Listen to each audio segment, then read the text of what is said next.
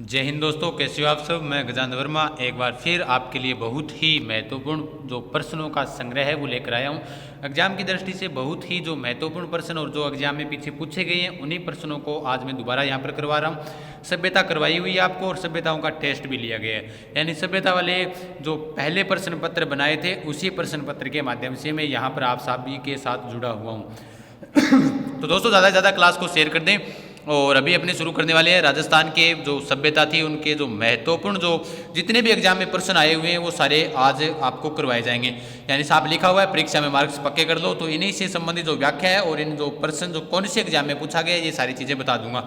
और उससे पहले मैं आपको दो बात बता देता हूँ कि आज विनायक दामोदर सावरकर वीडी सावरकर का आज ही के दिन उनका क्या हुआ था, जन्म हुआ था। यानी उनका अगर जन्म की बात करें तो मैं थोड़ा सा आगे चलता हूँ प्रश्न वाले स्थान के ऊपर, वहाँ पर आपको बताऊंगा। और आशुजी सर ने मुझे उनके लिए दो लाइनें भी भेजी है और उन्होंने ही बताया था कि आज के दिन विनायक दामोदर सावरकर का क्या हुआ था, जन्म हुआ था।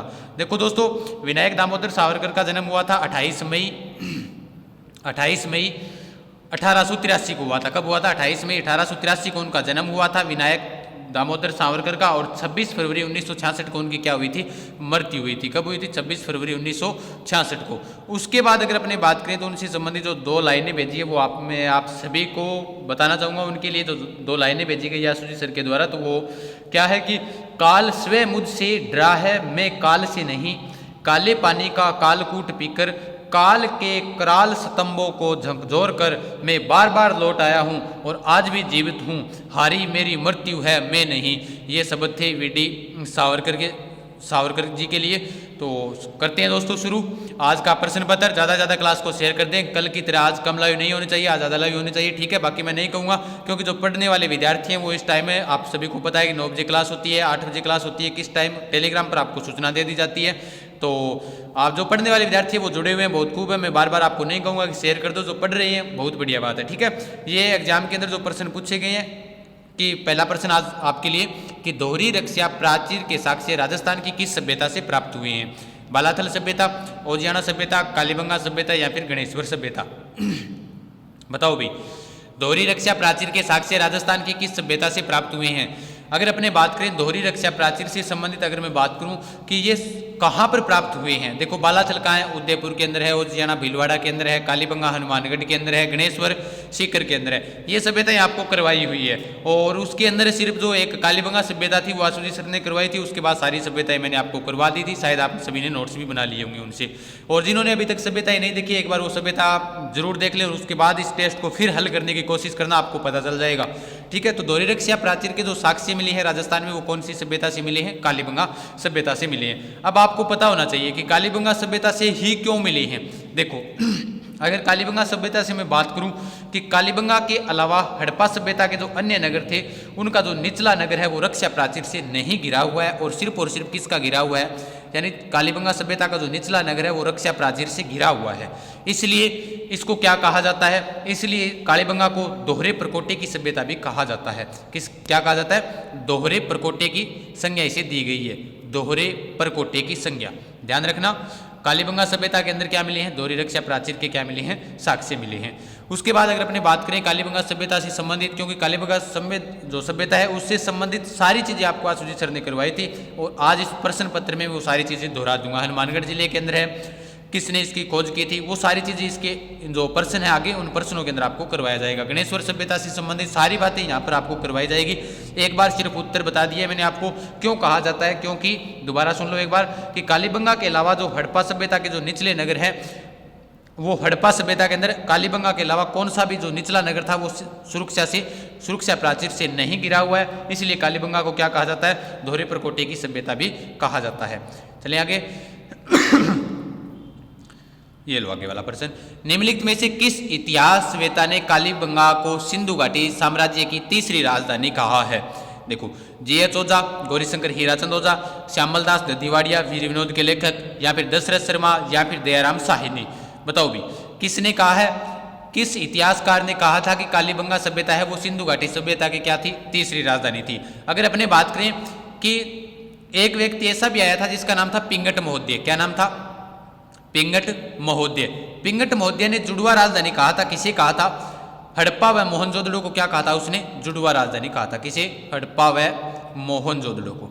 हड़प्पा व मोहनजोदड़ो को क्या कहा था, जुड़वा राजधानी कहा था। किसने कहा था, पिंगट महोदय ने कहा था। तो किस इतिहासकार ने कालीबंगा को सिंधु घाटी सभ्यता की तीसरी राजधानी कहा था, तो उनसे संबंधित अगर बात करें तो जीएच ओझा रोहिड़ा गांव सिरोही के, श्यामल दास ददीवाड़िया भीलवाड़ा के रहने वाले थे, जो वीर विनोद के लेखक थे, और दशरथ शर्मा और दयाराम साय ने। तो ये बात कही थी, किसने कही थी, दशरथ शर्मा ने कही थी। किसके लिए कही थी, कालीबंगा सभ्यता के लिए कही थी।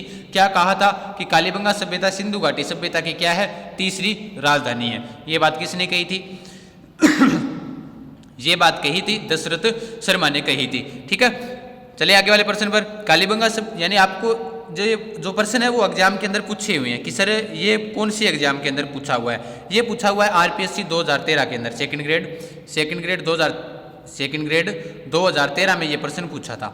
ठीक है, आरपीएससी ने। तो ये जो आज जितने भी प्रश्न हो रहे हैं, अब आपके जितने भी प्रश्न मैं करवा रहा हूँ वो सारे के सारे एग्जाम में पूछे हुए हैं। ठीक है, ध्यान रखना इस चीज़ का। अब देखो, बनास संस्कृति निम्न में से किस स्थल से संबंधित है, बेराट, कालीबंगा, गणेश्वर और आहड़।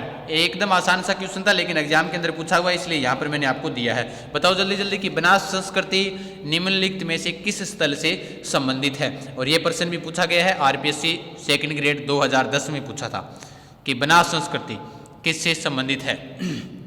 देखो, अगर अपने बेराट से बात करें तो बेराट सभ्यता है वो बाणगंगा नदी के किनारे पनपी थी।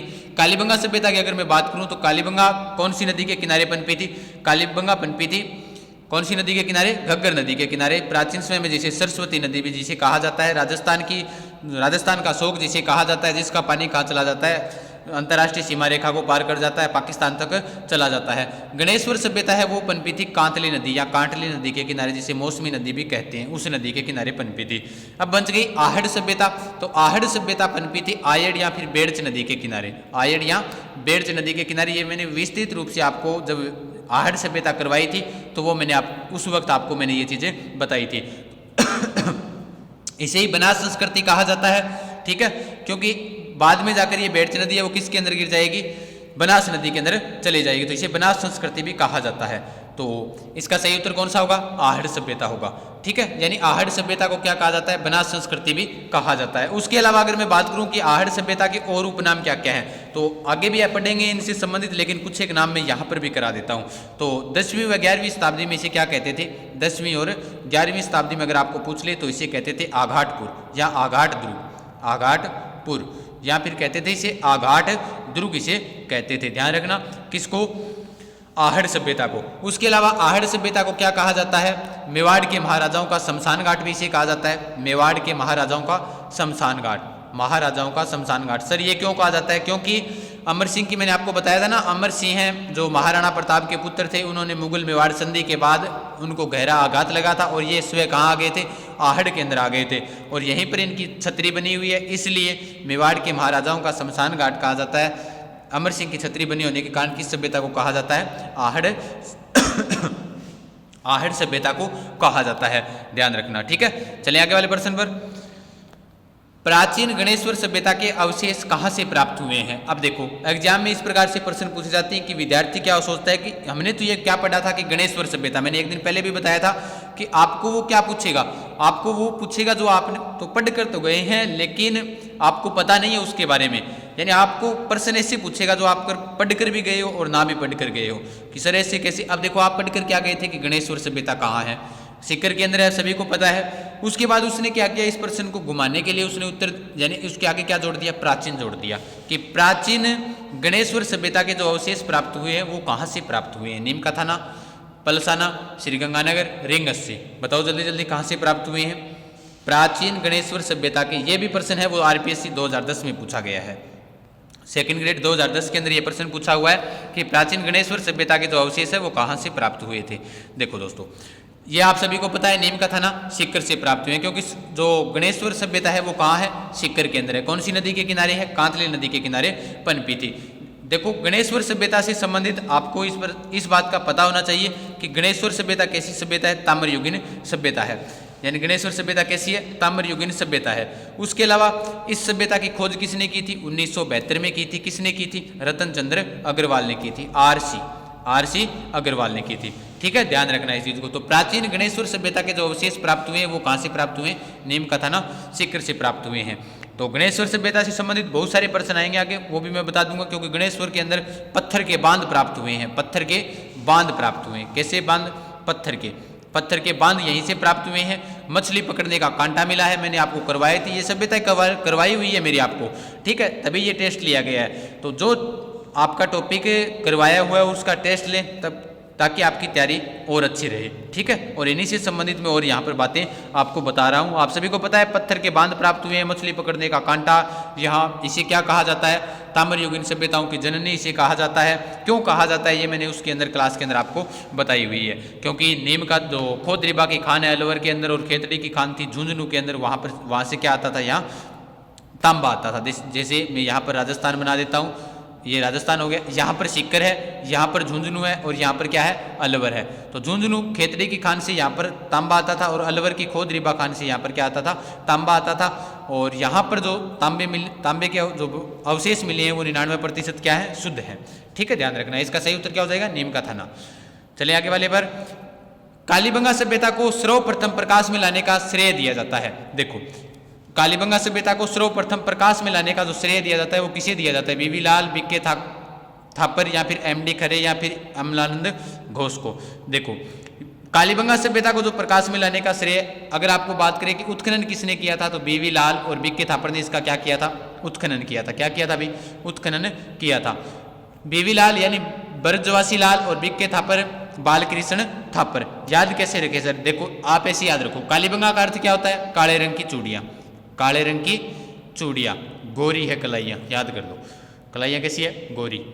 पर आदमी तुझे हरी हरी चूड़ियाँ, याद आया क्या? अमिताभ बच्चन वाला सॉन्ग, ठीक है। कालीबंगा सभ्यता से अगर बात करें कि कालीबंगा सभ्यता को जो प्रकाश में लाने का श्रेय दिया जाता है, तो वो दिया जाता है किसे दिया जाता है? ए घोष, जिसे कहा जाता है अमलानंद घोष को दिया जाता है। लेकिन उत्खनन किसने किया था? बीवी लाल और बीके थापर ने। याद कैसे रखना है? कालीबंगा का अर्थ क्या होता है? काले रंग की चूड़ियाँ, काले रंग की चूड़ियाँ होता है। और आप ऐसे याद रखो इसे, अगर कोई महिला है वो आपसे काले रंग की चूड़ियाँ मंगाती है, कैसे मंगाती है? काले रंग की चूड़ियाँ मंगाती है, ठीक है। और आप कैसी ले आते हो? लाल रंग की चूड़ियाँ ले आते हो, तो आपको क्या पड़ेंगे? थप्पड़ पड़ेंगे, ध्यान रखना।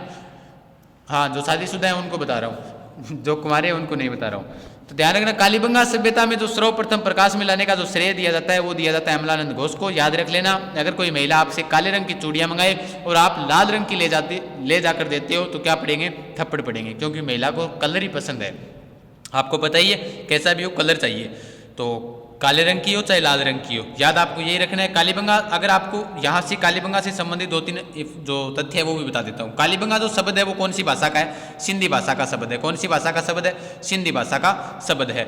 और ये महत्वपूर्ण केंद्र है राजस्थान के अंदर। कालीबंगा जो सभ्यता है, पुरातात्विक विभाग में सुबह जाकर वहाँ पर आया था, देख कर आया था, यहाँ के जो अवशेष रखे हुए हैं। तो यहाँ ये कौन सी भाषा का शब्द है? सिंधी भाषा का शब्द है, ठीक है। और उसके अलावा अगर अपने बात करें कि सबसे पहले सर कालीबंगा सभ्यता को सेन किसने किया था, यानी सबसे पहले किसने देखा था? किसने देखा था भाई? वो एलपी टेसिटोरी ने देखा था, यानी लुइस पी टेसिटोरी ने, लुइस पी टेसिटोरी, ठीक है, जो उदेने गांव इटली का रहने वाला था। और उसने कहा था, किसको कहा था? डिंगल का हेरोस। वो आप सभी जल्दी जल्दी मुझे बताएं। और एलपी टेसिटोरी है वो आए थे महाराजा गंगा सिंह के शासनकाल में, क्या आए थे? राजस्थान के अंदर आए थे, और उन्होंने इस सभ्यता को सबसे पहले देखा था। लेकिन उन्होंने सिर्फ और सिर्फ चारण साहित्य पर क्या किया था? शोध किया था, यानी भाषा व चारण साहित्य के ऊपर उन्होंने शोध करना शुरू कर दिया। उनसे इस बात से उन्हें कोई मतलब नहीं रहा। लेकिन आपको याद रखना है, कालीबंगा सभ्यता को सबसे पहले देखा था एलपी टेसिटोरी ने, लुइस पी टेसिटोरी ने, ठीक है। चलिए आगे वाले प्रश्न पर। निम्नलिखित में से किस पूरा स्थल से जुते हुए खेत के साक्ष्य मिले हैं? धोलावीरा, कालीबंगा, लोथल, रंगपुर। देखो, भारत से संबंधित आ गए, अगर भारत के सिंधु घाटी सभ्यता से संबंधित सारे प्रश्न आ गए अब ये, यानी कि राजस्थान के अंदर से इसके अंदर जो एक ही मिला है हमें, क्या है? कालीबंगा के अंदर मिला है। उसके अलावा धोलावीरा हो गया जो गुजरात के अंदर है, लोथल गुजरात के अंदर, रंगपुर कहाँ है? गुजरात में। अब देखो, गुजरात के जो स्थल है वो आप याद रख लेना, रंग स्यों धोलो, रंग स्यों धोलो, रंगपुर, ठीक है। धो से याद आया धोलावीरा, धोलो, लो से हो गया लोथल, तो रंग स्यों धोलो, ये सारे जो हैं वो सारे कहाँ पर आ जाएंगे? गुजरात के अंदर आ जाएंगे। बच गया कौन सा? कालीबंगा। लेकिन ध्यान रखना, ये प्रश्न क्या है कि निम्नलिखित में से किस पुरातात्विक स्थल से जुते हुए खेत के साक्ष्य मिले हैं? तो आपको पता होना चाहिए कि राजस्थान के अंदर हमने पढ़ी थी, कौन सी सभ्यता पढ़ी थी, कालीबंगा सभ्यता पढ़ी थी। वहां पर हमें किसके साक्ष्य मिले थे? जुते हुए खेत के साक्ष्य मिले थे। कौन सी सभ्यता से? कालीबंगा सभ्यता से मिले हुए हैं। तो ध्यान रखना, इसका जो सही उत्तर होगा वो कौन सा होगा? कालीबंगा सभ्यता होगा। यानी समकोण दिशा पर यहाँ पर क्या मिले थे? जुते हुए खेत के अवशेष मिले थे समकोण दिशा में। समकोण दिशा में, समकोण दिशा में जो जुते हुए खेत के अवशेष मिले हुए हैं वो कहाँ से मिले हैं? कालीबंगा से मिले हैं। और यहाँ पर जो मुख्य रूप से खेती की जाती थी तो वो कौन सी की जाती थी? जो कपास और चना की खेती, यानी कपास के भी यहाँ पर क्या मिले हैं? साक्ष्य मिले हैं। चने की कृषि की जाती थी, सरसों की जाती थी। कपास के जो अवशेष मिले वो भी यहीं से मिले हैं, जिसको यूनानियों ने क्या कहा है? सिडन कहा है। ध्यान रखना, कपास की खेती के जो सर्वप्रथम साक्ष्य मिले हैं, कपास की खेती के जो साक्ष्य मिले हैं वो कहाँ से मिले हैं? कालीबंगा से मिले हैं, जिसको यूनानियों ने क्या कहा था? सिडन कहा था। समकोण दिशा में यहाँ पर क्या मिले हैं? जुते हुए खेत के अवशेष मिले हैं कालीबंगा के अंदर।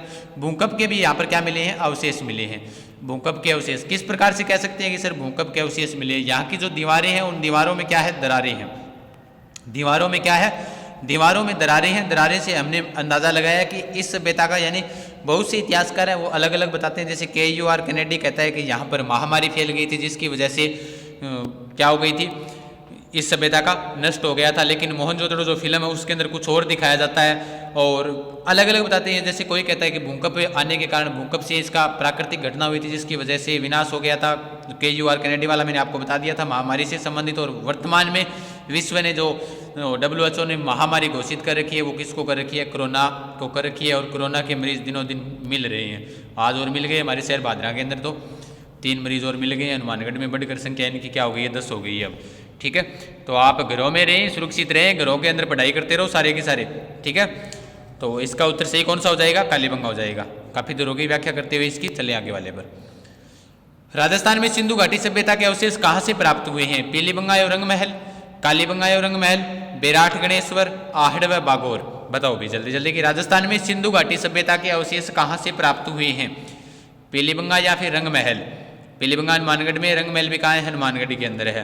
ठीक है, कालीबंगा हनुमानगढ़ में, रंगमहल भी कहाँ है? हनुमानगढ़ के अंदर। बेराठ जयपुर के अंदर है। और गणेश्वर कहाँ है? सीकर के अंदर है। आहड़ कहाँ है? आहड़ उदयपुर के अंदर है। और बागोर कहाँ है? भीलवाड़ा के अंदर है। ठीक है, बताओ भी। बागोर भीलवाड़ा के अंदर, कोठारी नदी के किनारे। तो राजस्थान में सिंधु घाटी सभ्यता के जो अवशेष प्राप्त हुए हैं वो कहाँ से प्राप्त हुए हैं? ध्यान रखना दोस्तों, सिंधु घाटी सभ्यता के जो अवशेष प्राप्त हुए हैं वो हुए हैं कालीबंगा और रंगमहल सभ्यता से प्राप्त हुए हैं। ठीक है, मैंने शुरुआत में जो प्रश्न था वो मैंने आपको बताया था। कालीबंगा सभ्यता के समान ही, आहड़ सभ्यता के समान, सिंधु घाटी सभ्यता के समान जो राजस्थान में अवशेष मिले हैं वो कौन सी सभ्यता है? कालीबंगा सभ्यता है। उसके अलावा रंगमहल से संबंधित बात करें तो रंगमहल भी कहाँ पर है? हनुमानगढ़ के अंदर स्थित है, जिसका उत्खनन स्वीडिश के जो दल के नेतृत्व में डॉक्टर हन्नारिड ने किया था। किसने किया था? डॉक्टर हन्नारिड ने किया था। किसका? रंगमहल का। कालीबंगा से संबंधित मैं बात बताकर आया हूँ, अब रंगमहल से संबंधित बता देता हूँ सारी बातें। हन्नारिड ने यहाँ पर क्या किया था? लुंड विश्वविद्यालय के प्रोफेसर थे और इनके साथ आया था एरिक्सन नाम का एक व्यक्ति और था। डॉक्टर हन्नारिड व एरिक्सन ने यहाँ पर क्या किया था? उत्खनन किया था रंगमहल के अंदर। उसके अलावा यहाँ पर जो कांस्य की सील मिली है वो मैंने आपको सारी बताई हुई उस क्लास के अंदर। कुषाण काल के अवशेष यहीं से मिले हैं। कुषाण काल के अवशेष, कुषाण काल के अवशेष भी कहाँ से मिले हैं? रंगमहल सभ्यता से मिले हैं। मिट्टी का क्या मिला है? कटोरा मिला है। मिट्टी का कटोरा मिला है। मिट्टी का कटोरा, मिट्टी का कटोरा कहाँ से मिला है? मिट्टी का कटोरा मिला है रंगमहल सभ्यता से मिला है। ठीक है, ध्यान रखना, ये 1952 में इसका क्या किया गया था? उत्खनन किया गया था। उसके अलावा ये जो रंगमहल सभ्यता है उसको 3 बार बसने व 3 बार उजड़ने के भी अवशेष कौन सी सभ्यता से मिले हैं? राजस्थान की। तो वो भी कौन सी सभ्यता है? रंगमहल सभ्यता से ही है। और विशेष प्रकार से यहाँ पर क्या मिला है? घड़ा मिला है। क्या मिला है? घड़ा मिला है, विशेष प्रकार का घड़ा। और आपको कमेंट करके ये बताना है विशेष प्रकार का प्याला कहाँ से मिला है? विशेष प्रकार का प्याला करवाया हुआ है, सभ्यता वाली क्लासें देख लेना, नहीं देखी है तो उन्होंने। ठीक है, और उनसे संबंधित नोट्स भी बना लेना। विशेष प्रकार का जो प्याला मिला है वो कहाँ से मिला है? विशेष प्रकार का घड़ा मिला है, वो रंगमहल सभ्यता से मिला है। और यहाँ पर रंगमहल सभ्यता से अगर अपने और बात करें तो 105 तांबे की मुद्राएं भी मिली है। यहाँ पर गुरु शिष्य की यहाँ पर मूर्ति मिली है। भगवान श्री कृष्ण की यहीं से मूर्ति मिली है, जिसने हाथ के अंदर क्या उठा रखा है? हाथ के अंदर गोवर्धन पर्वत उठा रखा है। गुरु शिष्य की मूर्ति भी रंगमहल सभ्यता से मिली है। ठीक है, दोहरा दी सारी रंगमहल सभ्यता दोबारा। चले आगे वाले पर। 4000 वर्ष पुरानी सभ्यता के पुरातात्विक अवशेष उदयपुर के समीप एक गांव में पाए हैं। वह गांव कौन सा है?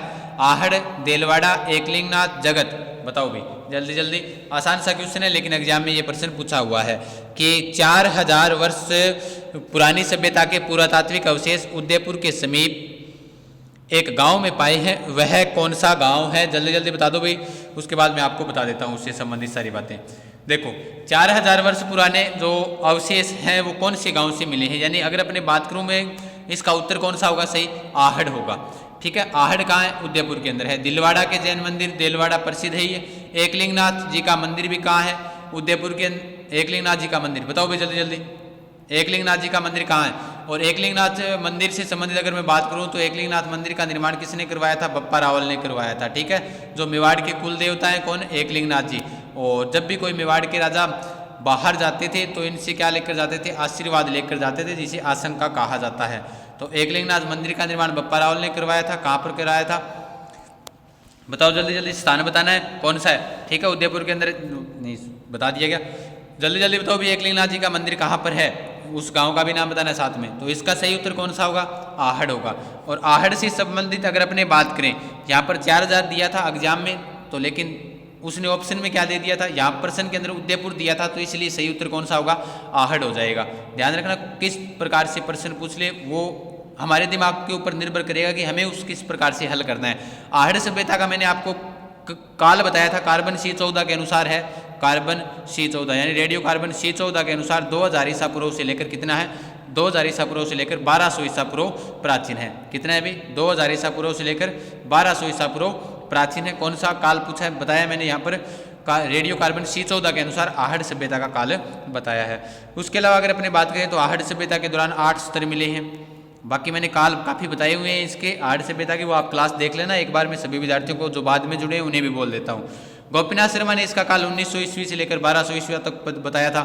यानी यहाँ पर जो संस्कृति के 8 स्तर मिले हैं, जिसके अंदर कितने चरण महत्वपूर्ण बताए थे मैंने आपको? 3 चरण महत्वपूर्ण बताए थे। ये कौन सी सभ्यता से संबंधित है? आहड़ सभ्यता से। और यहीं से नारी की खंडित मूर्ति मिली है, जिसने कमर के नीचे क्या पहन रखा है? लहंगा पहन रखा है। आटा पीसने की चक्की कहाँ से मिली है? राजस्थान में जिस सभ्यता से मिली है वो कौन सी है? आहड़ सभ्यता है। उसके अलावा यहाँ पर 40 तांबे की खदानें भी मिली है। और यहाँ पर एक बेल की भी मरण मूर्ति मिली है टेराकोटा पद्धति के अंदर, जिसको बनाशियल बुल्स की संज्ञा दी गई है। सारी चीज़ें बताई हुई है, लेकिन यहाँ पर मैं दोबारा इनके बारे में व्याख्या कर रहा हूँ ताकि आपको याद रहे। ठीक है, और मैंने आपको पूछा था कि विशेष प्रकार का प्याला, जिसे बिना हत्थे का छोटा जलपात्र भी कहा जाता है, वो कौन सी सभ्यता से मिला था? वो सभी साथी कमेंट कर मुझे जरूर बताएं। ठीक है, चलिए आगे वाले प्रश्न पर। महाभारत काल के अवशेष कहाँ से मिले हैं? अलवर के निकट बेराट व भरतपुर के निकट नोहे में, माउंट आबू सिरोही के अंदर, नालियासर जयपुर और रन्ना या रत्रा। बताओ भी कहाँ से मिले हैं? महाभारत काल के अवशेष कहाँ से मिले हैं? राजस्थान की किस सभ्यता से मिले हैं? बता दो जल्दी जल्दी। महाभारत काल के अवशेष, देखो महाभारत काल के अवशेष राजस्थान की कुछ एक सभ्यताओं के अंदर मिले हैं, लेकिन यहाँ पर बताना है आपको कौन सी सभ्यता में मिले हैं। माउंट आबू सिरोही के अंदर नहीं है, नालियासर के अंदर नहीं है, रत्रा के अंदर नहीं है। अलवर के निकट कौन सा है? बेराट है। भरतपुर के निकट नोह है। यहाँ से क्या मिले हैं? महाभारत काल के अवशेष मिले हैं। विराट सभ्यता से आप सभी को पता ही होगा, महाभारत काल के अवशेष मिले हैं। और यहाँ से जो महाभारत काल के अवशेष मिले हैं, जयपुर के अंदर है, बाणगंगा नदी के किनारे। और जो विराट सभ्यता थी वो किस प्रदेश की, जो किस जनपद की राजधानी थी? मत्स्य जनपद की राजधानी थी। मत्स्य जनपद की राजधानी थी कौन सी सभ्यता? विराट सभ्यता थी। उसके अलावा अगर आपको पूछ ले मत्स्य संघ की राजधानी कौन सी थी, तो वो कौन सी है? अलवर है। कौन सी है भाई? अलवर। कौन सी है?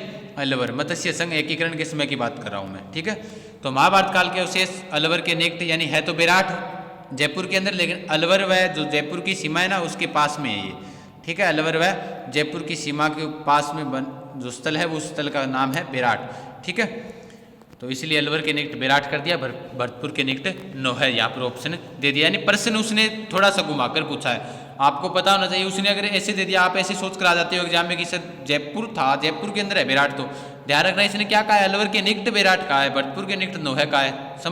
समझो प्रश्न को, प्रश्न में उसने क्या कहा है और उत्तर में उसने क्या दिया ऑप्शन के अंदर, ये चीजें गौर करने वाली होती है। आप जल्दबाजी के अंदर क्या करते हो कि ये तो है नहीं, अलवर में नहीं है, तो इसका मतलब ये ऑप्शन गलत हो गया, लेकिन ये गलत नहीं है, ये ऑप्शन सही होगा। ठीक है, ध्यान रखना इस चीज का। उसके बाद निम्नलिखित में से कौन सी दो विद्वान आहड़ से उत्खनन से संबंधित है? BK Thapar, SP Jain, Nilakanta Sastri, RC Majumdar, AK Vyas, HD Sankalia, RD Banerjee और दयाराम साहनी। बताओ भी आहड़ के जो दो विद्वान हैं जिन्होंने उत्खनन किया था, तो उत्खनन से संबंधित कौन है? देखो उत्खनन से संबंधित अगर आपको पूछ ले, उत्खनन से संबंधित अगर आपको पूछ ले आहड़ से संबंधित, तो मैंने आपको अभी बताकर आया हूँ, मैं आहड़ की सारी बातें बताकर आया हूँ। लेकिन यहाँ पर अगर आपको पूछ भी ले कि इस प्रकार से पूछ ले कि दो विद्वान कौन सी, तो वो कौन कौन सी है, इसका सही उत्तर होगा, ठीक है आप सभी का, कौन सा होगा, एक के व्यास होगा और एक साथ में कौन होगा, एच डी सांकलिया होंगे। कौन होंगे भाई, एच डी सांकलिया होंगे। अब देखो एक के का अर्थ क्या हुआ, 1953 में छोटे स्तर पर खोज की थी एक के व्यास ने, यानी अक्षय कीर्ति व्यास ने, ठीक है। उसके बाद बड़े स्तर पर खोज की थी किसने की थी, रतन चंद्र अग्रवाल ने। किसने की थी, रतन चंद्र अग्रवाल ने। इसने रतन चंद्र अग्रवाल ने देकर इस यहाँ पर क्या दिया था, एच डी सांकलिया दिया था, जिसको कहा जाता है हंसमुख धीरजलाल सांकलिया। क्योंकि एक के व्यास पहले आए थे, इसको छोटे स्तर पर खोज की, बड़े स्तर पर आर.सी. अग्रवाल ने की। उसके बाद पुणे विश्वविद्यालय के प्रोफेसर थे एच डी सांकलिया, जिन्होंने 1961 और 62 के अंदर यहाँ पर क्या की थी, खोज की थी, जिसका पूरा नाम हंसमुख धीरजलाल सांकलिया है, ठीक है। तो आहड़ के जो दो विद्वान थे वो कौन से थे, एक के व्यास और एच डी सांकलिया थे। एच डी सांकलिया के साथ में आए थे वीरेंद्र नाथ मिश्र भी आए थे, वीएन मिश्र जिसे कहा जाता है, वीरेंद्र नाथ मिश्र। इसका सही उत्तर कौन सा हो जाएगा, 3 नंबर हो जाएगा, ठीक है, ध्यान रखना इस चीज का। चले आगे वाले पर। अब आया है महत्वपूर्ण प्रश्न कि डीडवाना किस संस्कृति से संबंधित है। बहुत ही महत्वपूर्ण प्रश्न है, एग्जाम में भी पूछा गया है, बहुत ही महत्वपूर्ण, क्योंकि एग्जाम में इस प्रकार से प्रश्न पूछे जाते हैं आजकल कि डीडवाना किस स्थल से संबंधित है, पूरा पाषाण, मध्य पाषाण, नव पाषाण, ताम्र पाषाण। यहाँ पर मैं आपका समय लूंगा और यहाँ पर विस्तृत रूप से व्याख्या कर आपको आगे चलाऊंगा, ठीक है, ध्यान रखना। तो डीडवाना किस स्थान यानी किस संस्कृति से संबंधित है, तो जल्दी जल्दी बताओ भी आप पहले, किससे संबंधित है, पूरा पाषाण है या फिर मध्य पाषाण है या फिर नव पाषाण है या फिर ताम्र पाषाण है, बता दो भाई जल्दी जल्दी। यानी इस प्रकार से प्रश्न पूछे जाते हैं और ये प्रश्न पूछा हुआ है एग्जाम के अंदर, ध्यान रखना, बताओ जल्दी जल्दी। देखो पूरा पाषाण, इसका सही उत्तर कौन सा होगा, पूरा पाषाण होगा। कौन सा होगा भाई सही उत्तर इसका, पूरा पाषाण होगा। अब आपको यहां से ध्यान रखना है कि सर और बाकी क्या है, पूरा पाषाण, मध्य पाषाण, नव पाषाण। कॉपी पेन होगा आपके पास, अगर नहीं है तो ये चीज एक बार नोट कर लेना साइड में, ठीक है। ले लिया कॉपी पेन, ले लो जल्दी जल्दी और नोट कर लेना। यहाँ पर 3 चीजें लिखाऊंगा मैं आपको।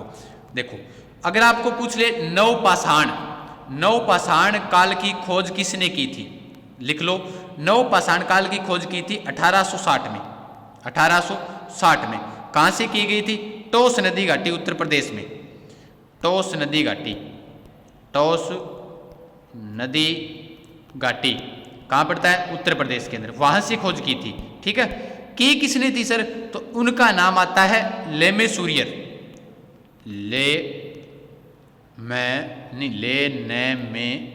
लेन में सूरियर नाम तो दो है, याद रखना पड़ेगा। इन्होंने किसकी खोज की थी, नव पाषाण काल की खोज की थी। कहां से की थी, टोस नदी घाटी उत्तर प्रदेश से की थी। अब उसके बाद यहां से आपको ये तो पता चल गया कि नव पाषाण काल की खोज किसने की थी। उसके बाद मध्य पाषाण काल की खोज किसने की थी, मध्य पाषाण काल जिसे शैलाश्रय भी कहा जाता है, वो ये आपको कमेंट करके बताना है कि मध्य पाषाण काल की खोज किसने की थी। ये डीडवाना है वो पूरा पाषाण से संबंधित है। तो पूरा पाषाण काल की खोज की थी 1863 में। 1863 में की थी, किसने की थी, रॉबर्ट ब्रूसफुट ने की थी। किसने की थी, रॉबर्ट ब्रूसफुट, यहां पर लिख देता हूं, रॉबर्ट ब्रूसफुट ने क्या किसकी खोज की थी, पूरा पाषाण काल की खोज की थी। कहां से की थी, तो ये मद्रास के इस पास स्थित है, एक यहां पर लिख देता हूं मैं, मद्रास के पास स्थित है पल्लवरम। मद्रास के पास स्थित है चेन्नई, पल्लवरम, वहां से खोज की थी। किसने की थी, रॉबर्ट ब्रूसफुट ने की थी पूरा पाषाण की काल की खोज और 1863 के अंदर की थी। अब आपको मध्य पाषाण काल का कमेंट कर आप सभी साथी मुझे जरूर बताएंगे। वही है जिनको राजस्थान में पुरातात्विक विभाग का श्रेय दिया जाता है। मध्य पाषाण काल की खोज उसी ने की थी जिसको मैंने आपको बताया था ना, राजस्थान में पुरातात्विक विभाग का श्रेय किसे दिया जाता है, तो वो चीज़ महत्वपूर्ण होती है। तो यहाँ पर नोट कर लेना कि राजस्थान में पुरातात्विक विभाग का श्रेय किसे दिया जाता है, उसी ने मध्य पाषाण काल की खोज की थी। कहाँ से की थी, विंध्याचल पर्वत से की थी। कहाँ से की थी, विंध्याचल पर्वत से की थी। और आप सभी वो कमेंट करके बताएं, ठीक है। चलिए आगे वाले प्रश्न पर। निम्नलिखित में से राजस्थान का कौन सा प्रागैतिहासिक स्थल ताम्र पाषाण कालीन से संबंधित है। यानी प्रश्न को 2 बार पढ़ लिया करो, कोई दिक्कत नहीं है। कि निम्नलिखित में से राजस्थान का कौन सा प्रागैतिहासिक स्थल ताम्र पाषाण काल से संबंधित है। तिलवाड़ा बाड़मेर, बूढ़ा पुष्कर है या फिर बालाथल या फिर बागौर, बताओ भी। इसने कहा है ताम्र पाषाण काल से, अगर आपको ताम्र पाषाण काल से संबंधित अगर पूछ ले तो आपको ध्यान होना चाहिए कि ताम्र युगीन सभ्यता से संबंधित जो मैंने सिक्के करवाए थे कि कौन सा सिक्का तांबे का कहाँ से मिला था, वो महत्वपूर्ण थे। तो यहाँ पर ध्यान रखना, बागोर, बागोर कहाँ है? भीलवाड़ा के अंदर। वो क्या है? भारत की पाषाणीय सभ्यता है। पाषाणीय सभ्यता है कौन सी? बागोर। बालाथल लगा दिएगा मैंने, बागोर। बागोर पाषाणीय सभ्यता है। आपको पता ही होगा जिसे आदिम संस्कृति का संग्रहालय भी जिसे कहा जाता है। भारत में सबसे प्राचीन कृषि के साक्ष्य यहीं पर मिले हैं, 14 प्रकार के कृषि के अवशेष मिले हैं बागोर से। लेकिन इस प्रश्न का जो उत्तर होगा वो कौन सा होगा? बालाथल होगा। बालाथल मतलब कहाँ है? उदयपुर के अंदर है। कहाँ है भाई? उदयपुर में। ठीक है, तो उदयपुर के अंदर है। सर इसे ताम्रयुगीन सभ्यता इसे ही क्यों कहते हैं, बाकी क्यों नहीं है? ये पाषाण हो गए, ये पाषाण है, तिलवाड़ा बाड़मेर पाषाण, यानी ये सारी पाषाण या फिर लोहा है, लेकिन ये ताम्रयुगीन सभ्यता इसमें कौन सी है? बालाथल है। तो सर बालाथल को कैसे कह सकते हैं? क्योंकि बालाथल को कह सकते हैं, बालाथल से एक तांबे का क्या मिला है? सिक्का मिला है। ये हेड हो गया, ये क्या हो गया? टेल हो गया। इसके एक तरफ किसकी आकृति है? हाथी की आकृति है। किसकी आकृति है? हाथी की आकृति है। दूसरी तरफ किसकी आकृति है? चंद्रमा की आकृति है। किसकी आकृति है? चंद्रमा की। तो अगर आपको पूछ ले कि राजस्थान में कौन सी सभ्यता से सिक्कों पर हाथी व चंद्रमा की आकृति मिली है, तो वो कौन सी है? बालाथल सभ्यता है। और कहाँ पर बनी है? उदयपुर के अंदर है। जिसकी खोज किसने की थी? इससे संबंधित आगे प्रश्न भी आएगा। और यहाँ पर 11 कमरों का भवन भी मिला है। दुर्ग के अवशेष बालाथल सभ्यता से ही मिले हैं। और विराट के बाद जो कपड़े के जो साक्ष्य मिले हैं वो कहाँ से मिले हैं? बालाथल सभ्यता से मिले हैं। और उसके अलावा कुत्ते की मरण मूर्तियाँ भी मिली है, सांड की आकृति भी मिली है। ठीक है, बेल की जिसे कहते हैं। चले आगे, लोहे गलाने की भट्टियां भी वहीं से मिली है बालाथल सभ्यता से। आइए आगे वाला प्रश्न। निम्नलिखित में से किसने बालाथल का उत्खनन किया था? एस.आर. राव, बी.वी. लाल, के.एन. पुरी, वी.एन. मिश्रा। बताओ भी जल्दी जल्दी। बी.वी. लाल से संबंधित मैं आपको बताकर आया ही था। कालीबंगा सभ्यता से संबंधित है बी.वी. लाल। लाल रंग की मंगाई, काले रंग की मंगाई थी, लाल ले आए थप्पड़ पड़े, याद रख लेना उसे। ठीक है, याद हो जाएगा। तो उसके बाद बालाथल के जो साक्ष्य जो उत्खनन किया था वो किसने किया था? अगर अपने बालाथल से संबंधित अगर मैं बात करूँ तो बालाथल का जो किया था वो किसने किया था? बताओ बताओ बताओ बताओ जल्दी जल्दी। ठीक है, ठीक ठीक ठीक ठीक ठीक। 4 नंबर कौन है? वी.एन. मिश्रा। सर पूरा नाम वीरेंद्र नाथ मिश्र। कब की थी? 1962-63 में की थी भी। 1962 और 63 में की थी। देखो विद्यार्थियों, अभी तक मैं कुछ नहीं बोला हूँ, क्लास के बीच में बोल रहा हूँ। लाइव कम हो, ज़्यादा से ज़्यादा शेयर करो भी। अच्छा नहीं लगता क्योंकि आपको भी पता है, मैं भी ये सोचता हूँ कि भाई लाइव नहीं आते इसका मतलब मेरे से पढ़ना भी नहीं चाहते विद्यार्थी। मेरे से नहीं पढ़ना चाहते हो तो ठीक है, क्लास बंद कर दूंगा। आज लेकर आया हूँ, कल नहीं लेकर आऊँगा। फिर आगे मैं सोच रहा था कि आपको जिला दर्शन या फिर उनसे संबंधित और बहुत कुछ चीज़ें करवाई। लाइव कम हो, लाइव कम हो, सीधी सी बात है, नहीं लगाएंगे फिर क्लास। पढ़ लो आज, कल नहीं लगाएंगे, देख लेना। क्योंकि लाइव कम हो, आपको मतलब नहीं है पढ़ाई से, इतने हो फिर भी एक बार तो होना ही तो ऐसे चाहिए कि हमारे यहाँ तो 1,10,000 का परिवार हो गया आज, और उस 1,10,000 के परिवार के अंदर आप सिर्फ 200 लाइव चल रही है। शर्म आनी चाहिए आपको। अगर 200 भी हो, 250 हो, एक को लेकर आओगे, कितने हो गए? 500 हो गए। एक को तो लेकर आओ एक बार, कोई बात नहीं, 0 हो जाए एक बार, लेकिन लेकर तो आओ नहीं सभी को एक बार। तो क्या है फिर पढ़ाने का, मैं यहाँ पर एक तरफ जोर लगा रखे, पूरे शरीर की एनर्जी दे रहा हूँ आपको, और आप उस चीज़ का कुछ सोच नहीं रहे, तो ये ठीक नहीं है। देखो सभी साथियों से निवेदन है, ज़्यादा से ज़्यादा लाइव आओ। अब बीच के अंदर बोला हूँ मैं ये बात, दोबारा बोला हूँ। अब ये मत कहना कि सर पढ़ने वाले अपने आप आ जाएंगे।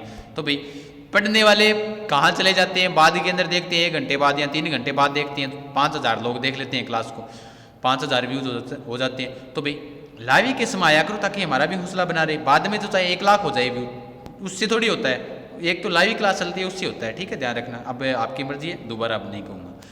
तो निम्नलिखित में से बालाथल सभ्यता का किसने किया था? वी.एन. मिश्रा ने किया था, आपको बता दिया है। ठीक है, चले आगे। बालाथल सभ्यता से संबंधित कंप्लीट। कालीबंगा से प्राप्त चबूतरे निर्मित हैं लकड़ी से, मिट्टी की ईंटों से, पत्थर से, लकड़ी और धातु से। चबूतरे कालीबंगा के अंदर जो चबूतरे मिले हैं, चबूतरे, ठीक है, वो किससे निर्मित है? बताओ भी। देखो चबूतरे निर्मित अगर बात करें, अगर आपको पूछ ले कि लकड़ी की नालियां कहाँ से मिली है, तो लकड़ी की नालियां शुरुआत के अंदर मिली थी हमें कौन सी सभ्यता से मिली थी? कालीबंगा सभ्यता से मिली थी। कौन सी सभ्यता से मिली थी? कालीबंगा सभ्यता से। और यहाँ पर जो चबूतरे मिले हैं, ठीक है, आप सभी का जो मिट्टी की ईंटों से मिले हैं, नहीं कि पत्थरों से है। ठीक है, ध्यान रखना। जो यहाँ पर जो चबूतरे मिले, ये पीछे ही पूछा गया था, कॉलेज व्याख्याता 2014 के अंदर पूछा गया था, जिसका एग्जाम कब हुआ था? शायद 2016 के अंदर हुआ था। कॉलेज व्याख्याता के अंदर यह प्रश्न पूछा गया था कि कालीबंगा से जो प्राप्त चबूतरे हैं वो किससे बने हैं? तो मिट्टी की ईंटों से बने हैं, ध्यान रखना। ठीक है, और यहाँ पर लकड़ी की क्या बनी है? नालियां बनी थी, बाद में इसे क्या कर दिया था? ईंटों से बना दिया था। समकोण कालीबंगा सभ्यता के अंदर यानी जो सड़कें थी वो किस प्रकार की थी? समकोण प्रकार की थी, जिसे ग्रिड पत्ती, ऑक्सफोर्ड, चेम्सफोर्ड पत्ती भी कहा जाता है। और उसी पद्धति के ऊपर एक राजस्थान का शहर बसा हुआ, जिस शहर का नाम जयपुर है। उसके अलावा बताते हैं चंडीगढ़ शहर भी उसी पद्धति पर बसा हुआ है। ठीक है, और जयपुर शहर के वास्तुकार कौन थे, जल्दी जल्दी बता दो। 1727 में किसने बसाया था, सवाई जय सिंह ने बसाया था, और उन्होंने अपनी राजधानी आमेर से क्या कर दी थी, जयपुर कर दी थी। चले आगे। मध्यमिका नगरी किस जिले में स्थित है, नागौर, जोधपुर, उदयपुर, चित्तौड़गढ़। बताओ भाई जल्दी जल्दी। मध्यमिका नगरी किस जिले में स्थित है। देखो प्रश्न किसी प्रकार से पूछ सकता है, मध्यमिका नगरी पूछ लिया उसने, आपको पता होना चाहिए कि नगरी सभ्यता है वो कहाँ है, चित्तौड़गढ़ के अंदर है। और नगरी सभ्यता को प्राचीन काल में क्या कहा जाता था, मध्यमिका या मेदपाट। क्या कहा जाता था, मध्यमिका या मेदपाट। उसका उपनाम पूछ लिया उसने, एग्जाम के अंदर क्या पूछ लिया, उपनाम पूछ लिया। तो आपको पता होना चाहिए, उपनाम पूछ लिया तो हमें कोई दिक्कत नहीं है। मध्यमिका उपनाम किसका है, नगरी का उपनाम है, ठीक है। मेदपाट भी जिसे कहा जाता है, कहाँ है, चित्तौड़गढ़ के अंदर है। किस जिले में, चित्तौड़गढ़ जिले के अंदर। कौन सी नदी के किनारे है, बेड़से नदी के किनारे है। यहाँ पर 2 शिलालेख जो खोजे गए थे, जिसका एक का नाम था हाथी बरकला का शिलालेख और एक था गोसुंडी का शिलालेख, ठीक है। हाथीबाड़ा के शिलालेख और गोसुंडी के शिलालेख की खोज 1887 में किसने की थी, वीर विनोद के लेखक कवि राजा श्यामल दास ने की थी, ठीक है। और इस सभ्यता की अगर आपको पूछ ले खोज किसने की थी, सभी साथी बता दो, क्योंकि करवाई हुई है मेरी नगरी सभ्यता। नगरी सभ्यता की खोज किसने की थी, वैष्णव संप्रदाय के सबसे प्राचीन मंदिर यहीं से मिले हैं राजस्थान के अंदर। उस मंदिर को किसने खोजा था, ये भी आप सभी बताना। मध्यमिका से संबंधित प्रश्न पूछ रहा हूँ यहाँ से, ठीक है। तो मध्यमिका नगरी है वो किस जिले में स्थित है, चित्तौड़गढ़ जिले के अंदर स्थित है। चले आगे। निम्नलिखित में से कौन सा युगम सही नहीं है, कालीबंगा, श्रीगंगानगर, आहड़, उदयपुर, सुनारी, झुंझुनू, गणेश्वर, सीकर। बता दो जल्दी जल्दी, कौन सा युगम सही नहीं है, बताओ बताओ बताइए जल्दी जल्दी बता दो। उसके बाद मैं बताता हूँ आपको यहाँ से प्रश्न किस प्रकार से पूछे जाते हैं। यही सेम प्रश्न पूछा गया था BSTC 2016 में 18 में पूछा गया था कि निम्नलिखित में कौन सा युगम सही नहीं है। ये इस प्रकार से नहीं पूछा था, लेकिन उसने घुमा कर दिया था कि कालीबंगा सभ्यता है कहाँ पर, और वो ऑप्शन के अंदर गंगानगर था, ठीक है। बाकी जो जिस जिले के अंदर है वहाँ पर नहीं था, वो ऑप्शन में ही नहीं था। वो बता दूंगा, आप बताओ तब तक। देखो आप सभी बता रहे हो, ठीक है। 1 नंबर की कालीबंगा कहाँ है, कालीबंगा हनुमानगढ़ के अंदर है। कहाँ है भाई, हनुमानगढ़ के अंदर है। ध्यान रखना BSTC का एक एग्जाम हुआ था पीछे, उसके अंदर क्या हुआ था, उसने एक प्रश्न पूछा था कि कालीबंगा सभ्यता कहाँ है, उसने हनुमानगढ़ ऑप्शन ही नहीं था। क्या नहीं था, हनुमानगढ़ ऑप्शन में ही नहीं था। आप सभी को पता है हनुमानगढ़ के अंदर है, लेकिन हनुमानगढ़ ऑप्शन में नहीं था, तो कौन सा करेंगे, अपने श्रीगंगानगर करेंगे। इसका जो युगम है वो सही नहीं है। कौन सा नहीं है, यही नहीं है, क्योंकि कालीबंगा कहाँ है, हनुमानगढ़ के अंदर है, ठीक है। अगर ध्यान रखना विद्यार्थियों, अगर हनुमानगढ़ ऑप्शन में ना हो तो कौन सा करेंगे, गंगानगर करेंगे, ठीक है। ध्यान रखना इस चीज का। चले आगे। इसमें जो युगम आहड़ उदयपुर के अंदर है, सुनारी झुंझुनू के अंदर है, गणेश्वर आप सभी को पता है सीकर के अंदर है। तो युगम कौन सा सुमेलित नहीं है, कालीबंगा वाला, ठीक है। लेकिन कालीबंगा पहले तो गंगानगर के अंदर आती थी, जब अपना हनुमानगढ़ जिला बन गया था उसके बाद ये हनुमानगढ़ में आने लग गई।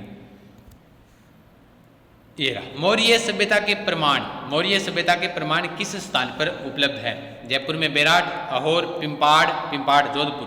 पिंपाड़ से याद आया, पिंपाड़ के अंदर कौन सी कुंवारी कन्याएं जो क्या कर रही थी, पूजा कर रही थी, वहीं पर कौन आया था, जो कुंवारी लड़कियों को उठाकर ले गया था, और उसी से संबंधित हुरडा वो क्या मनाते हैं, छिद्रित मटके के अंदर जो किया जाता है ना नृत्य, कौन सा नृत्य किया जाता है, बताओ जल्दी जल्दी, मैं भूल गया। दुनाड़ा कहाँ पर है, बताओ भाई।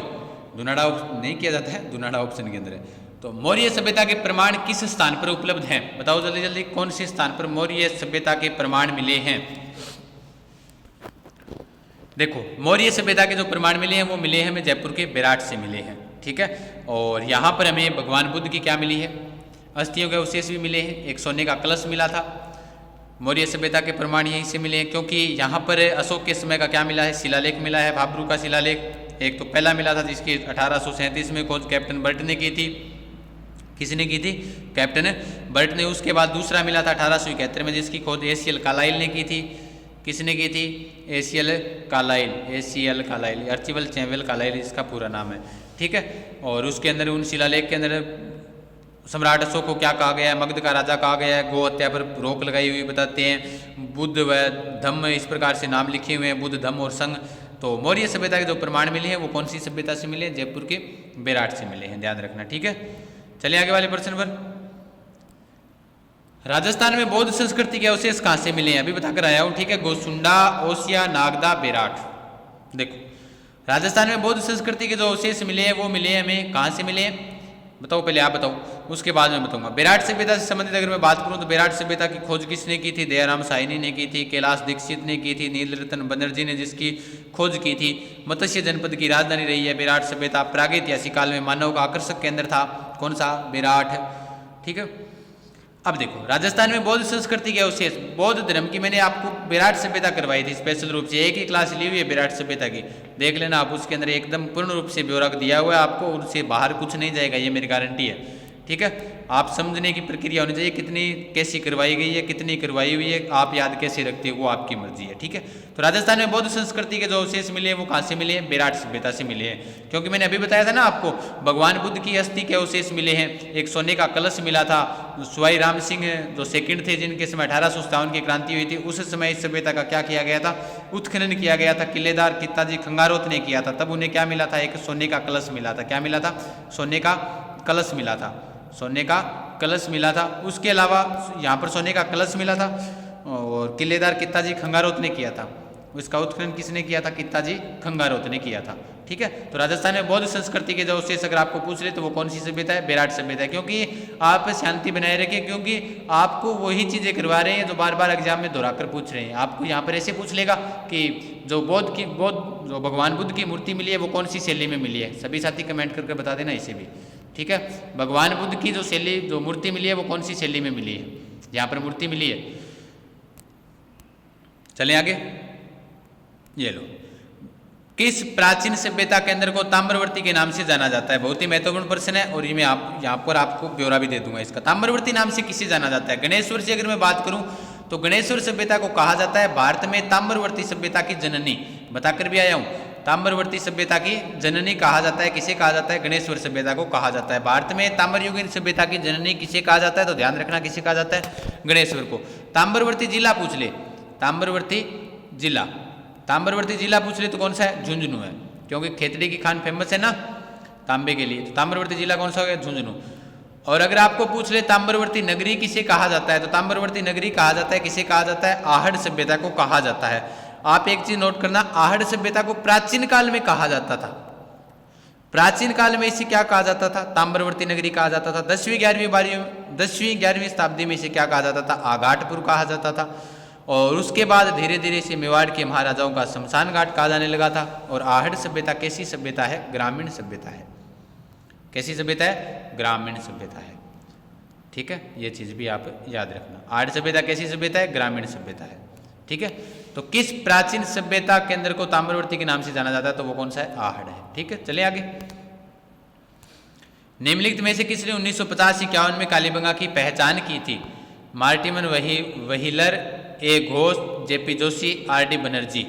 बताओ भी किसने की थी 1950-51 में कालीबंगा की पहचान? एकदम आसान सा प्रश्न है, बार बार एग्जाम में पूछा गया, कोई 20 एग्जाम में इसे दोहरा दिया गया कि कालीबंगा की पहचान किसने की थी, अभी भी पूछा जा रहा है ये। तो आप सभी को पता ही है 1950-51 एनसीईआरटी के अनुसार किसने की थी? अमलानंद घोष ने की थी। किसने की थी? अमलानंद घोष ने की थी। किसने की थी भी? ए घोष का अर्थ क्या हुआ? अमलानंद घोष। ये प्रश्न पीछे भी पूछ लिया था मैंने आपको, ये दोबारा रिपीट हो गया, क्योंकि एग्जाम में इस प्रकार के प्रश्न बार बार रिपीट होते रहते हैं, उसमें थोड़ी सी भाषा अलग थी और इसकी भाषा अलग है। ठीक है, चलिए आगे। निम्नलिखित में से कौन सा कथन सही है? कथन सही बताना है आपको। गणेश्वर एक उत्खनन स्थल नहीं है। बिल्कुल गणेश्वर एक उत्खनन स्थल है। आपको पता होगा कांतली नदी के किनारे सीकर के अंदर, नीम का थाना, तहसील रेवासा गांव। ठीक है, तो गणेश्वर क्या है? स्थल है। ये कथन तो क्या है? प्रश्न क्या पूछा कि निम्न में कौन सा कथन है सही है? तो ये तो सही नहीं है, क्योंकि स्थल है इसने कहा है, नहीं है। विराट एक ग्राम्य संस्कृति केंद्र था, नहीं, ग्राम्य नहीं था, ये शहरी था, ये भी गलत हो गया। कालीबंगा में लोहे युग संस्कृति एक उदाहरण ना, ताम्र युगीन सभ्यता का उदाहरण है कालीबंगा सभ्यता भी, तांबे के उससे ज्यादा मिले हैं, ये भी गलत हो गया। तीनों गलत हो गए, तो सही कौन सा होगा? चौथा हो जाएगा अपने आप। ठीक है, 3 आपको गलत करने आने चाहिए, तो उसके बाद आप चौथा अपने आप निकाल लोगे। ठीक है, आपको ऑप्शन के अंदर आजकल एग्जाम में इसी प्रकार से प्रश्न पूछे जाते हैं। आपको ऐसे नहीं पूछेगा कि जयपुर कब राजधानी बनी थी, आपको ये पूछेगा कि जयपुर के बारे में, जब जयपुर राजधानी बनी थी तो उससे संबंधित कौन से कथन सही नहीं है। एक प्रश्न और उसके अंदर आपको 4 उत्तर निकालने होंगे, 4 उत्तर आपको याद होने चाहिए, जिस प्रकार से ये प्रश्न पूछा हुआ है एग्जाम में। तो चौथा इसका सही होगा, आहड़वासियों का मुख्य व्यवसाय अयस्क तांबे को गलाना व ताम्र वस्तु बनाना था। आप सभी को पता ही है। ठीक है। तांबे गलाने की भट्टियां कहाँ से मिली है? आहट सभ्यता से मिली है। ठीक है, चले आगे। शुद्ध तांबा कहाँ से मिला है? गणेश्वर सभ्यता से मिला है। 99% शुद्ध तांबा है। भीमडूंगरी और गणेश डूंगरी राजस्थान की किस सभ्यता से संबंधित है? गणेश्वर, बेराठ, आहट, कालीबंगा। एकदम आसान सा प्रश्न है, एग्जाम में ये पूछा हुआ है। ठीक है, भीमडूंगरी व गणेश डूंगरी का संबंध किससे है? बताओ भी जल्दी जल्दी, किससे है? देखो, भीमडूंगरी व गणेश डूंगरी का संबंध अगर आपको पूछ ले कि किससे है तो आपको पता ही होना चाहिए। भीमडूंगरी गणेश जो, एक मिनट, भीमडूंगरी और गणेश डूंगरी राजस्थान की किस सभ्यता से संबंधित है तो वो पूछ ले तो किससे संबंधित है? बेराठ सभ्यता से संबंधित है। क्योंकि बेराठ सभ्यता के अंदर जो जितनी भी जो पहाड़ियां हैं, मैंने आपको बताया था ना, बिजक की पहाड़ी, भीमडूंगरी, गणेश डूंगरी, किच्चक जहाँ पर राक्षस रहता था जिसका वध भीम ने किया था, तो भीमडूंगरी और गणेश डूंगरी का संबंध किससे है? बेराठ सभ्यता से है। भीमडूंगरी के पास में क्या बना हुआ है? भीम तालाब भी बना हुआ है। कहाँ क्या बना हुआ है? भीम तालाब भी बना हुआ है। कैसे बना हुआ है? बताते हैं कि जब पांडव अपना अज्ञातवास बिता रहे थे तो एक बार द्रौपदी को क्या लगी? प्यास लगी थी। क्या लगी थी? द्रौपदी को प्यास लगी थी। तो प्यास लगती उसने भीम को आवाज दी कि उसे तो प्यास लगी हुई है, और भीम काफी मोटा तकड़ा आदमी था। उसने क्या किया भाई? वहां पर लात मारी। अब लात मारी और वहां पर क्या बन गया? क्या निकला है? पानी निकला है। अब सोच लो, कितो का आदमी वो खाऊं तो, कितो तकड़ो, कितो का अनाज खाऊं तो, एक लात मारी, पानी काट दियो जमीन में, और वहां पर क्या बन गया? भीम तालाब बन गया। क्या बन गया? भीम तालाब बन गया। तो भीम तालाब, भीम डूंगरी, गणेश डूंगरी का जो संबंध है वो किससे है? बेराठ सभ्यता से संबंधित है। और उसके अलावा अगर अपने बेराठ सभ्यता से संबंधित अगर और बात करूं तो चीनी यात्री हवेनसांग भी यहाँ पर आया था और इस सभ्यता के लिए पारयात्र शब्द का प्रयोग किया था। पारयात्र शब्द का प्रयोग किया था। 634 ईस्वी में हर्षवर्धन के शासनकाल में वो भारत आया था। सबसे पहले भीनमाल जालौर के अंदर आया था वो, और बेराठ सभ्यता के लिए पारयात्र शब्द का प्रयोग किया था। 2.5 मील इसका क्षेत्र बताया था, वो किसने बताया था? हर्षवर्धन ने बताया था। उसके अलावा हवेनसांग ने बताया था। उसके अलावा अगर अपने बात करें यहाँ पर तो दयाराम साहनी के अनुसार यहाँ पर हूण शासक था मिहिर कुल, उसने यहाँ पर क्या कर दिया था? आक्रमण कर दिया था। दयाराम साहनी के अनुसार बताते हैं मिहिर कुल नाम का एक हूण शासक था, उसने यहाँ पर आक्रमण कर दिया और इसका क्या हो गया था? विनाश हो गया था। उसके अलावा बात करें बेराठ सभ्यता से संबंधित तो बहुत सारी बातें, जो भी जिस भी विद्यार्थी जो लास्ट तक जुड़ा हुआ है, मैं एक बात कहूँगा, जो मैंने सभ्यताएं करवाई थी शुरुआत के अंदर वो सभ्यताएं एक बार जरूर देख लें, क्योंकि वहाँ से आपका एक भी प्रश्न अलग जाने वाला नहीं है एग्जाम में। तो आप ज़्यादा से ज़्यादा क्लास को शेयर किया करो। ठीक है, तो ये हो गया कि राजस्थान में भीमडूंगरी, गणेश डूंगरी और बिजक की पहाड़ी पूछ लिया आपको तो उनका संबंध किससे है। और चित्रित शिलाश्री हैं वो भी बेराठ सभ्यता से मिले हैं। बाकी बेराठ सभ्यता से संबंधित सारी बातें बताती है। ठीक है, अलग आ गया क्या? 1 मिनट। देखो दोस्तों, अभी ये चीज़ें सारी करवा दी। आज के लिए इतने प्रश्न काफी थे, आपको जितने महत्वपूर्ण प्रश्न थे वो करवाए थे। आगे दोबारा कोशिश करूंगा कि सभ्यता का एक और टेस्ट लिया जाए ताकि दोबारा सभी चीज़ें और दोहरा दी जाए जो चीज़ें बच गई है।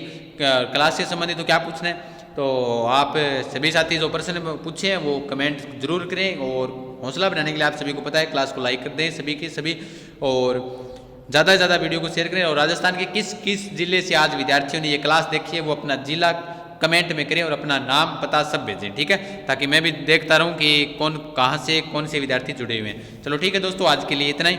मिलेंगे फिर नई आशा नई उम्मीद के साथ। और बता देता हूँ, बादरा शहर हमारे के अंदर जो कोरोना पॉजिटिव मिल गई हैं अभी 10, देखते हैं जीवित रहे या ना रहे। तो ठीक है दोस्तों, मिलेंगे फिर नई आशा नए दोस्त नई उम्मीद के साथ। तब तक के लिए धन्यवाद, शुभ रात्रि सभी को। ठीक है।